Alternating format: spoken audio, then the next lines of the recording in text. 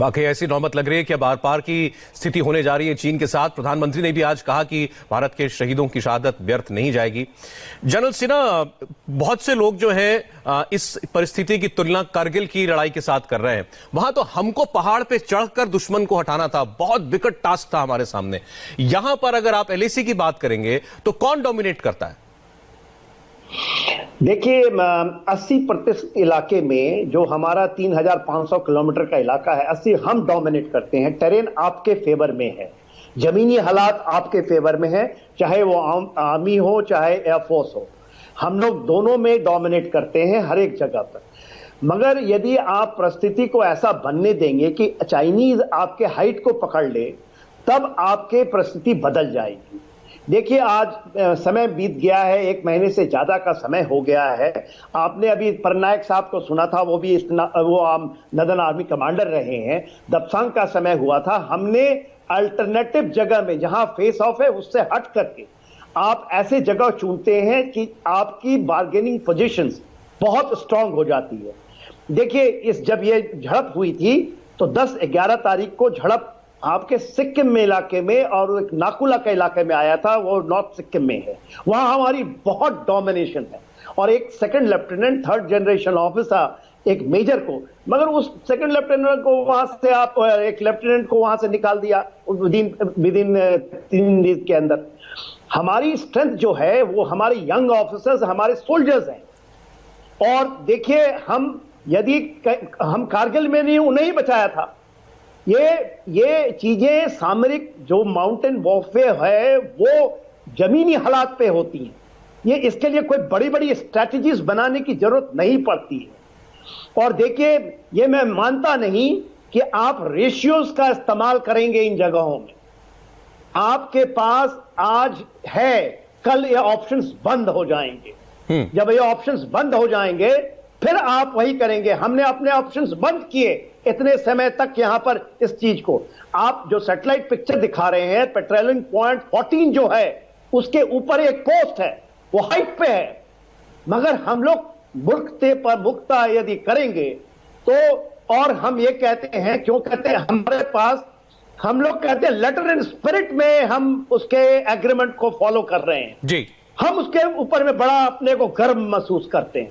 वो आपको छलावा करता है। अरे फौज छलावे का, सरप्राइज का भी एलिमेंट है उसमें। मैं आपको शिवाजी का जिक्र दिला रहा था, वो बगरखे से छाती चीराते थे, मगर आप अपने हथियार को बेस में छोड़कर जाएंगे और चाइनीज आपको स्टील के रॉड से मारेगा। ये तो young officers on the day जो पीछे से आकर के आपको एक फेस सेविंग है। सर, ये ऐसा है कि देखिए, आप बेहतर जानते हैं, लेकिन ये भी बात सही है कि ये 5 दशक बाद हुआ है ऐसा। ये 5 दशक के बाद हुआ है ऐसा। सौरभ कालिया को भी ऐसे हम लोगों ने पेट्रोलिंग में भेज दिया और क्या उसका हर्ष हुआ था, आपको पता है। ये चीजें नहीं होनी चाहिए और हम बार बार करते हैं, हम उनके छलावे में फंसते हैं। अच्छा, ये बात अभी जनरल सिवाज भी कह रहे थे कि उसका चरित्र है, चीन का चरित्र है धोखेबाजी का, और शायद हम उसके धोखे के अंदर आ गए। सर, इस वक्त वहां पर क्या परिस्थिति होगी, अगर आप इमेजिन कर सकें कि इस वक्त एलएसी पर, जहां पर ये संघर्ष हुआ है, वहां पर हमारी क्या तैयारी होगी? हमारी तैयारी 100%। मेरा सवाल सर जनरल सिवाज से है। जनरल सिवाज, देखो सौरभ, इसमें कोई दो राय नहीं, हमारी तैयारी बिल्कुल फिट है। मैं ये बताना चाहता हूं कि लास्ट 7 और 8 साल में जो फोर्स लेवल 14 कोर के अंदर लेह लद्दाख के अंदर आ गया, वो एक काबिले तारीफ है। उसके अंदर आर्मर ब्रिगेड भी आ गई, इन्फेंट्री ब्रिगेड 4th लेवल बढ़ गया, आर्टिलरी है, हमारे पास गन्स हैं, हमारे पास इन्फेंट्री कॉम्बैट व्हीकल हैं, एयर डिफेंस है, अटैक हेप्टर तक है। इसका मतलब यह है हम हर चीज में पुख्ता हैं, चीन से कम नहीं है, हमारी तैयारी पूरी है। और हमने एक प्रकार से बेटा एनालिसिस भी कर लिया है कि चाइना के सॉफ्ट कहां पर है, चाइना की वल्नरेबिलिटीज कहां पर हैं, वो हमने अभी कर चुके हैं, हम जानते हैं, ब्रिगेड कमांडर, कमांडिंग ऑफिसर जानते हैं। तो ये जो बातचीत हो रही है, मैं इससे सहमत हूं। अगर चीन की कोई बैटल जो वल्नरेबिलिटीज हैं, जो उनकी रेड लाइंस हैं, जो उनके अंदर खामियां हैं, आप उसको एक्सप्लॉइट करो। आपको लड़ाई लड़नी है चीन से, जो इंफॉर्मेशन वॉरफेयर भी लड़ेगा, प्रोपेगेंडा भी करेगा और आपके ऊपर लड़ाई भी ठोकेगा। तो आपको हर चीज को सोच समझ के चलना है। मुझे पूरा विश्वास है जब आपके इरादे मजबूत हैं लद्दाख के अंदर, चाहे वो देप्सांग था या च्यूमर था, आखिर में चीन को वापस जाना। लेकिन सर इस वक्त चाहे फ्लैश पॉइंट लद्दाख बना हुआ हो जनरल जसवाल, लेकिन हमारी लगभग 3,500 किलोमीटर लंबी उनके साथ सीमा है, तो वो थिएटर तो बहुत बड़ा है। मैं जो प्रोफेशनल नॉलेज है, जमीन की नॉलेज है सना साहब की या सिवाज साहब की, उस पर मैं नहीं कोई टिप्पणी देना चाहूंगा, लेकिन एक छोटा सा मैं आपको अल्फाज जरूर बताता हूं, क्योंकि कई चीजें सेंटिमेंट जो स्टेटमेंट्स आ जाती हैं जिससे कि लोग जो है वो कुछ और समझते हैं। एक चीज है ट्रूथ टू ग्राउंड डेंसिटी। अगर आप देखें ये जितना भी लंबा आपका LAC है उसके अंदर ideal truth to ground density क्या हमारे पास में है?